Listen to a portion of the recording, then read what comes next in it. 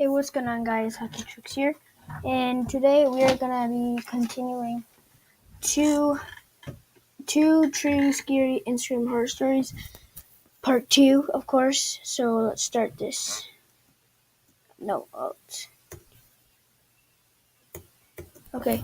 I'm gonna close my door, of course. I just went to Hockey Life, so I'm back, and I still eat my dinner. But my sister was usually still up this late, so I dizzily but quietly walked up the stairs and down the hall towards her door. And I probably won't talk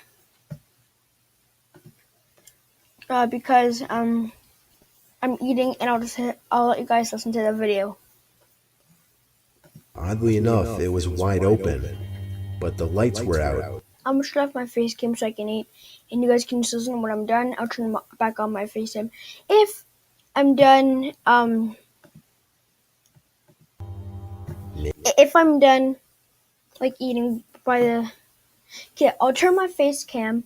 If I'm done eating and the video is not over. If I'm still eating when the video is over, then I'll just say goodbye and stuff. But yeah, and the next video probably will be on. So yeah, let me just face cam.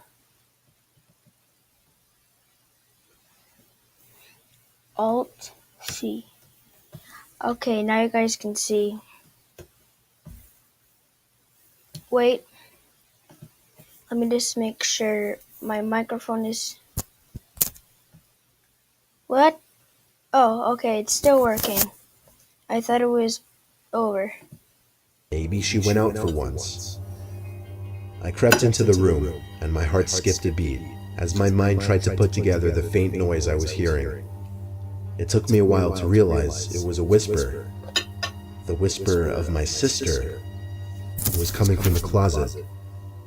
The closet was cracked open, and I saw my sister peeping her eyes through the crack. She was visibly shaken and appeared to be crying. I knelt down next to her and opened the closet all the way, whispering, "What's going on?" She didn't say anything though. She just kept putting her finger on her lips, telling me to be quiet. I tugged at her arm to pull her out of the closet, and when she was out, I pushed the closet shut quietly. This revealed my sister's room again, as well as somebody clear as day standing direct center in my sister's room.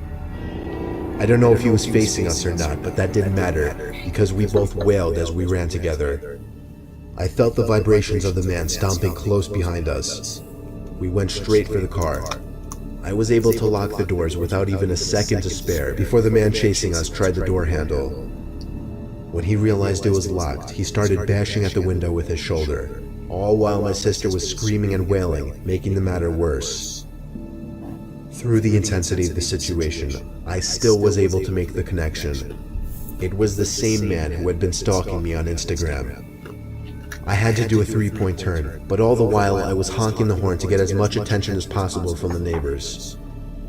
I think it worked because he got into his car, which turned out to be the Maxima, and did a three-point turn as well. At first we thought he was tailing us, but instead he booked it past us and down another street to never be seen again. At that point we just turned around and went back to the house. I called our parents and then the police. The police were able to find out how the man broke in, through an upstairs window. He climbed up a ladder onto the awning and boosted himself up to the windowsill. I told the police about how he was stalking me on Instagram and must have somehow found my address when I posted my most recent picture with my sister, which included my house number. I tried to help them by giving the man's Instagram account, but when I went to the blocked accounts section, it was empty. That meant that the man already deleted his Instagram. Therefore, even if there is a way for Instagram to track deleted users, it didn't matter because I didn't remember the man's username. So I hate to say it, but there was nothing the police could do, and I knew it. I've since set my Instagram to private and really only accept follow requests from people I know now. I'm also a lot more paranoid and wary of posting revealing photos.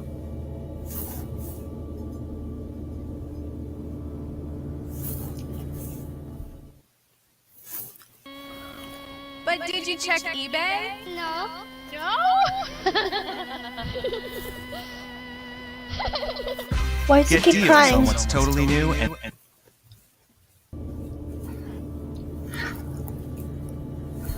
What's happening?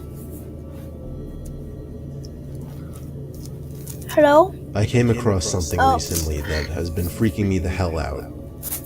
Before I get into my discovery, let me just get into a little backstory that Hold on a sec, guys.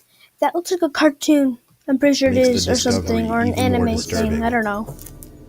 For the past few weeks or so, on several occasions, while either trying to sleep in my bed or doing something in my room with a light on at night, I would hear a single, faint yet audible tap on my window.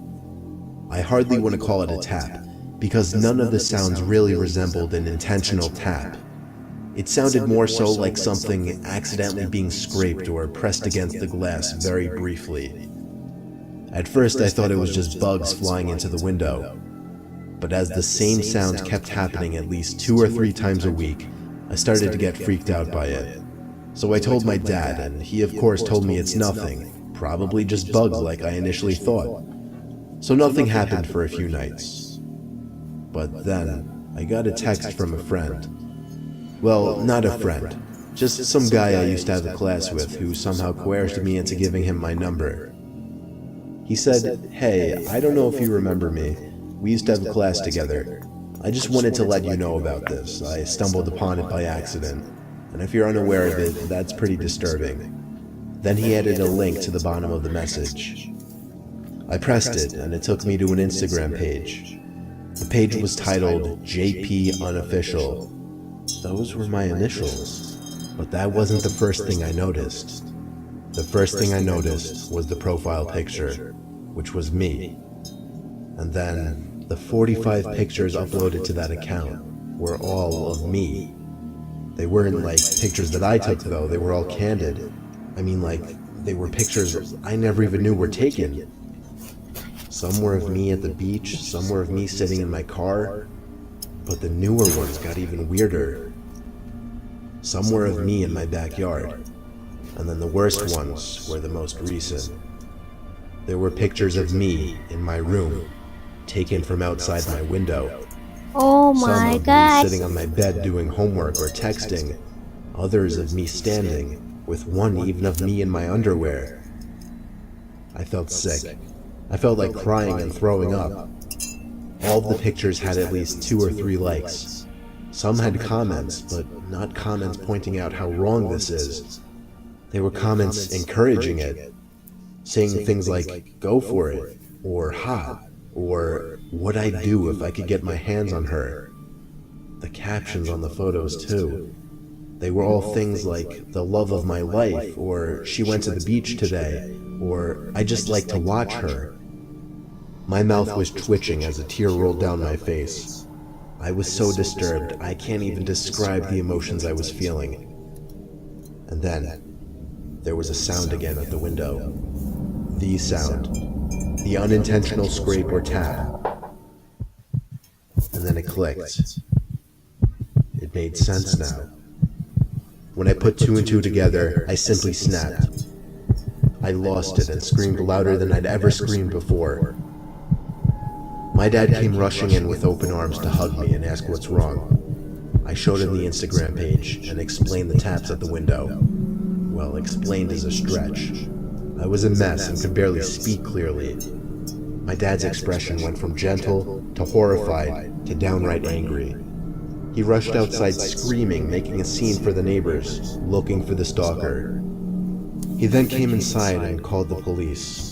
I gave the police the Instagram account and requested they track it as soon as possible. Law enforcement put the request into Instagram. By the time it was received, the account was deleted, but it didn't matter because Instagram was still able to recover the info, and the usage was traced to an old iPod Touch. Unfortunately, the device was untraceable. It was either destroyed or it had it.